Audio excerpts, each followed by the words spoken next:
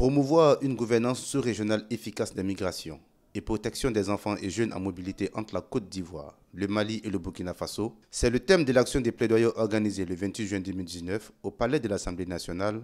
par l'ONG Save the Children à l'endroit des députés, membres du réseau des parlementaires ivoiriens pour la migration, les réfugiés et les apatrides.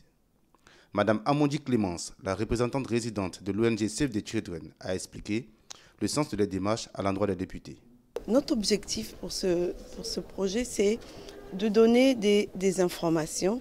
de donner une base de données aux différents États, dont les 3 États qui sont la Côte d'Ivoire, le Mali et le Burkina Faso, de leur donner des informations pour qu'ils prennent des décisions idoines qui peuvent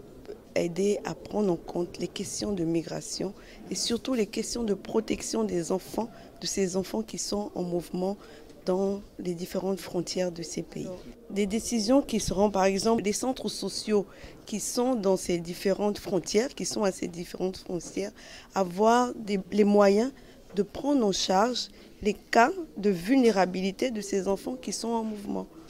Koulibaly Bema, le président du réseau des parlementaires ivoiriens pour la migration, les réfugiés et les apatrides, a salué cette action des Save the Children et a proposé une esquisse de solutions qui pourrait aider à endiguer ce phénomène de migration des enfants et des jeunes entre ces 3 pays frontaliers. Là, au travers de ces études, nous avons compris que l'éducation, si les fondamentaux de l'éducation sont renforcés dans les 3 pays qui sont concernés par l'étude, mais ce sera déjà un grand frein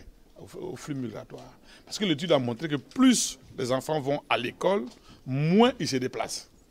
Alors, ça veut dire, par ricochet, que dans ces 3 pays, il faut mettre l'accent sur l'école obligatoire. Par rapport à ça, quelles sont les actions que votre réseau compte mener sur le terrain? Vous savez, nous, notre réseau, nous sommes des facilitateurs. Nous travaillons beaucoup sous forme de lobbying, sous forme de plaidoyer.